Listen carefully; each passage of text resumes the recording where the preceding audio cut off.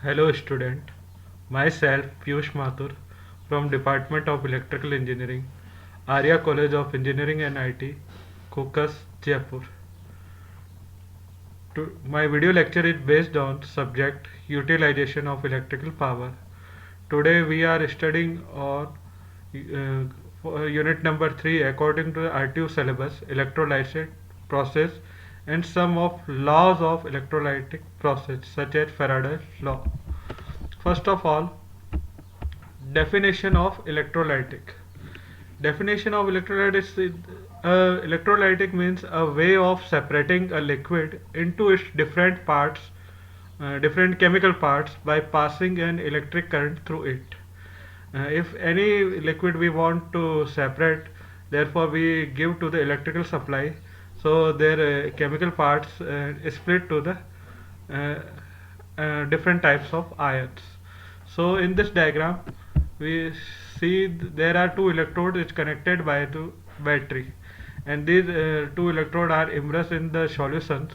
So an electrolyte is such a chemical that an atom are normally generally closely bounded together, but when it is dissolved in water, its molecule splits up into positive ion and negative ion. So the positively charged ions are referred generally cations, where the negatively charged ions are referred as anions. But cation and anion move freely in the solution. Whenever the two metal rods are immersed in the solution, and electrical potential difference between the rods externally preferred by the generally battery. So this is the battery. So these part immersely rod in a technically referred as a generally electrodes. So first of law of electrolysis, Faraday law of electrolysis. According to this law, the chemical deposition due to flow of electric current through an electrolyte is directly proportional to the quantity of electricity passed through it. It's mean then the charge generally directly proportional to flow of current. We know that the flow of current is called charge, so we can say that the mass is directly proportional of quantity of electricity. So Q is direct equals to M equals to Z into Q, where the mass of chemical M is the mass of chemical deposition, where the Z is basically M. We know that M is proportional to the Q, so we can say that if we remove the proportional sign, where Z is a constant of proportionality and is known as electrochemical equivalent of the substance. If we put the value of Q equals to 1 coulomb in a equation, M equals to Z into Q, so we will get Z equals to M. So electrical chemical equivalent of any substance is the amount of the substance deposit on passing of 1 coulomb through its solution. So this is the Faraday law. So we can say that easily M is proportional to Q. So this law, the chemical generally deposition due to the flow of electric current through an electrolyte is directly proportional to the quantity of electron. It means that the mass is direct relation to the quantity of electricity. Now, the second law of electrolysis, we know that the Faraday first law at M is proportional directly Q, but in this law uh, not talk about the atomic weight of the chemical, not talk about the how many atoms present in the chemical, not talk about the how the electrode valence, number of valence in the electrode.